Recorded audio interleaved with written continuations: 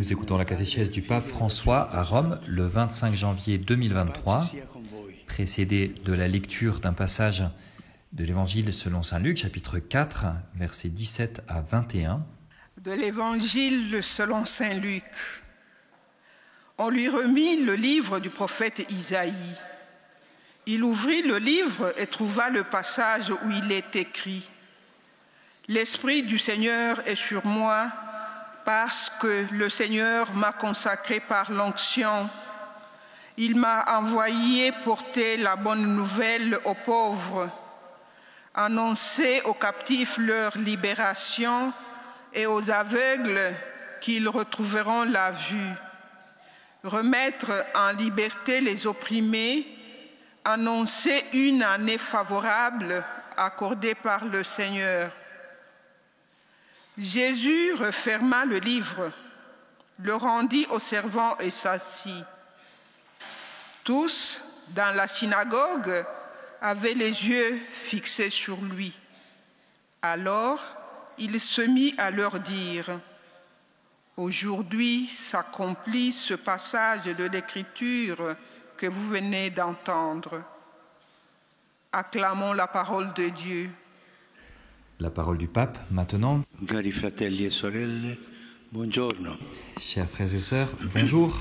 Mercoledì scorso abbiamo riflettuto Mercredi dernier, nous avons réfléchi sur Jésus, modèle de l'annonce, sur son cœur pastoral, toujours dirigé vers les autres. Et aujourd'hui, nous le regardons comme le maître de l'annonce. Jésus, modèle de l'annonce, et Jésus, aujourd'hui, maître de l'annonce. Laissons-nous guider par l'épisode dans lequel il prêche à la synagogue de son village, le village de Nazareth.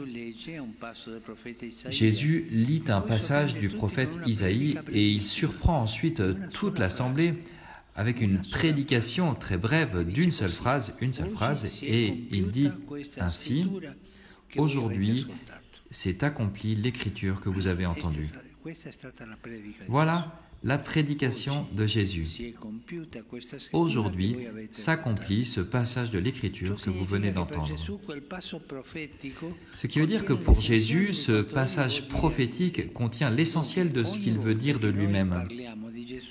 Alors, à chaque fois que nous parlons de Jésus, nous devrions nous calquer sur sa première annonce. Regardons donc en quoi consiste cette première annonce. On peut en distinguer 5 éléments essentiels. Le premier élément, c'est la joie. Jésus proclame « L'Esprit du Seigneur est sur moi. Il m'a envoyé porter la bonne nouvelle aux pauvres. » C'est donc une annonce de joie, une annonce joyeuse. On ne peut pas parler de Jésus sans joie, car la foi est une merveilleuse histoire d'amour à partager. Rendre témoignage de Jésus, faire quelque chose pour les autres en son nom, c'est dire entre les lignes que nous avons reçu un don si beau qu'aucun mot ne suffit à l'exprimer.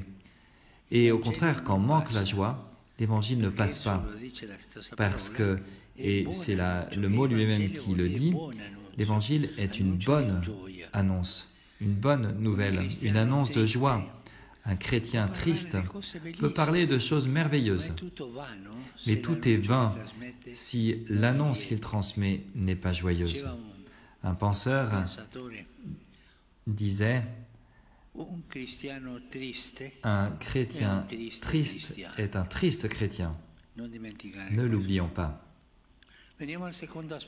Nous en venons au deuxième aspect, la libération. Jésus dit qu'il a été envoyé pour annoncer aux captifs leur libération. Ce qui veut dire que celui qui annonce Dieu ne peut pas faire de prosélytisme. Non, il ne peut pas faire pression sur les autres, mais il a à les alléger au contraire. Il ne doit pas imposer des poids, mais au contraire les en soulager, porter la paix et non pas porter un sens de faute. Bien sûr, suivre Jésus, cela comporte une ascèse, cela demande des sacrifices. D'ailleurs, toute belle chose en demande des sacrifices, alors encore plus la réalité la plus décisive de la vie. Mais celui qui rend témoignage du Christ montre la beauté du but plus que la peine du chemin. Peut-être avons-nous déjà raconté à une personne un beau voyage que nous avons fait. Nous avons peut-être parlé de la beauté des lieux, de ce que nous avons vécu, de ce que nous avons vu, et non pas du temps que nous avons mis pour y arriver, de la queue qu'on a fait à l'aéroport. Non. Ainsi, toute annonce digne du Rédempteur doit communiquer la libération, comme l'annonce de Jésus. Aujourd'hui, il y a de la joie parce que je suis venu libérer. Troisième aspect, la lumière. Jésus dit qu'il est venu dire aux aveugles qu'ils retrouveront la vue. Dans toute la Bible, avant le Christ, personne n'est reporté aucune guérison d'aveugles. C'était un signe promis qui allait venir avec l'arrivée du Messie. Mais ici, il ne s'agit pas uniquement de la vue physique, mais aussi d'une lumière qui fait voir la vie d'une manière nouvelle. Il y a comme une naissance, une renaissance qui n'arrive qu'avec Jésus. Si nous y pensons, c'est ainsi qu'elle naît pour nous la vie chrétienne, avec le baptême que l'on appelait auparavant l'illumination justement. Et quelle est la lumière que Jésus nous donne ? Il nous porte la lumière de la filiation, de la condition filiale. Il est le Fils bien-aimé du Père, vivant pour toujours, et avec lui, nous aussi, nous sommes des enfants de Dieu, aimés pour toujours, malgré nos erreurs et nos défauts. Alors, la vie n'est plus un long chemin aveugle vers le néant, non. Elle n'est pas une question de chance, elle n'est pas quelque chose qui dépend du hasard et des étoiles, même pas de la santé ou des finances, non. La vie dépend de l'amour du Père qui prend soin de nous, nous, ses enfants bien-aimés. Qu'il est beau de partager avec les autres cette lumière. Avez-vous pensé que la vie de chacun d'entre nous, ma vie, ta vie, notre vie, est un geste d'amour, qu'elle est une invitation à l'amour, que c'est beau, que c'est merveilleux. Et souvent, malheureusement, nous l'oublions face aux difficultés, face aux mauvaises nouvelles, et face peut-être, et c'est dommage, à la mondanité, à une manière mondaine de vivre. Quatrième aspect de l'annonce, la guérison. Jésus dit qu'il est venu pour remettre en liberté les opprimés. Opprimés, ce sont ceux qui se sentent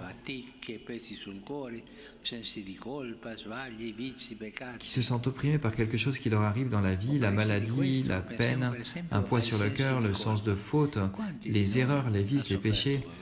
Opprimés. Pensons par exemple à notre culpabilité. Combien d'entre nous avons souffert de ce sens de culpabilité?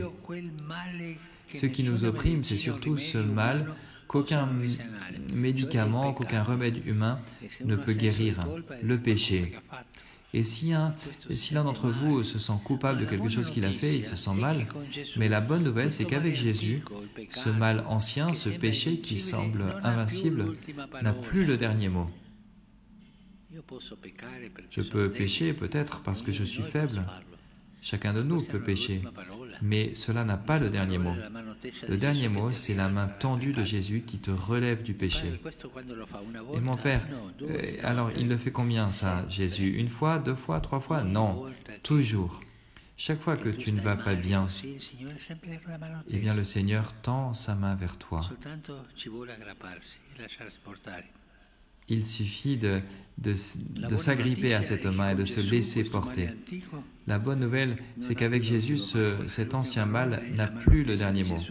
Le dernier mot, c'est la main tendue de Jésus qui te fait avancer. Jésus nous guérit toujours du péché. Et combien est-ce que je dois payer pour cette guérison? Rien. Jésus nous guérit toujours et gratuitement. Il invite ceux qui sont fatigués, ceux qui sont opprimés, dit l'Évangile. Il les invite à venir à lui. Et alors, accompagner quelqu'un à la rencontre avec Jésus, l'accompagner au médecin des âmes qui soulage notre vie et lui dire « Frère, sœur, je n'ai pas de réponse à tous tes problèmes, mais Jésus te connaît, Jésus t'aime, il peut te guérir, il peut apaiser ton cœur. » Et il nous faut les laisser aller vers Jésus. Celui qui porte des poids a besoin d'une caresse sur le passé. Nous avons si souvent entendu « mais j'aurais besoin de guérir mon passé, j'ai besoin d'une caresse sur ce passé qui me pèse tant. » Il a besoin de pardon. Et celui qui croit en Jésus, c'est justement cela qu'il a donné aux autres. La force du pardon, le pardon qui libère l'âme de toute dette. Frères et sœurs, ne l'oublions pas. Dieu oublie tout. Comment? Oui, il oublie tous nos péchés. Il les oublie. Pour cela, il n'a pas de mémoire. Dieu pardonne tout parce qu'il oublie tous nos péchés. Il nous suffit de nous approcher du Seigneur et lui, il nous pardonne tout. Pensez à quelque chose de l'Évangile, de celui qui avait commencé à dire « Seigneur, j'ai péché », cet enfant. Et le Père lui met sa main sur la bouche, il lui dit « Non, non, arrête ». Et c'est beau. Et Jésus nous attend pour nous pardonner, pour nous guérir. Et alors, combien de fois? Une fois, deux fois? Non, toujours. Mais Père, je fais toujours les mêmes choses. Et lui aussi fera toujours les mêmes choses. Il va te pardonner, il va t'embrasser. S'il vous plaît, ayons confiance en cela. Voilà comment nous aime le Seigneur. Voilà comment nous aimons le Seigneur. Celui qui porte des poids a besoin d'une caresse sur le passé. Il a besoin de pardon. Et Jésus le fait. Voilà ce que donne Jésus. Il libère l'âme de toute dette. Dans la Bible, on parle d'une année où l'on était libéré du poids des dettes, le jubilé, l'année de grâce. Comme si c'était le point culminant de l'annonce. Et Jésus dit effectivement qu'il est venu annoncer une année favorable par le Seigneur. Il ne s'agissait pas d'un jubilé programmé comme nous le faisons, tout est programmé, on pense à comment le faire, non. Mais avec le Christ, la grâce qui rend nouvelle notre vie arrive et nous étonne, nous émerveille toujours. Le Christ est le jubilé de chaque jour, de chaque heure qui t'approche, qui t'embrasse pour te pardonner.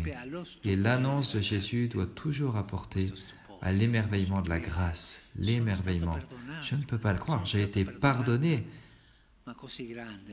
Et notre Dieu est tellement grand.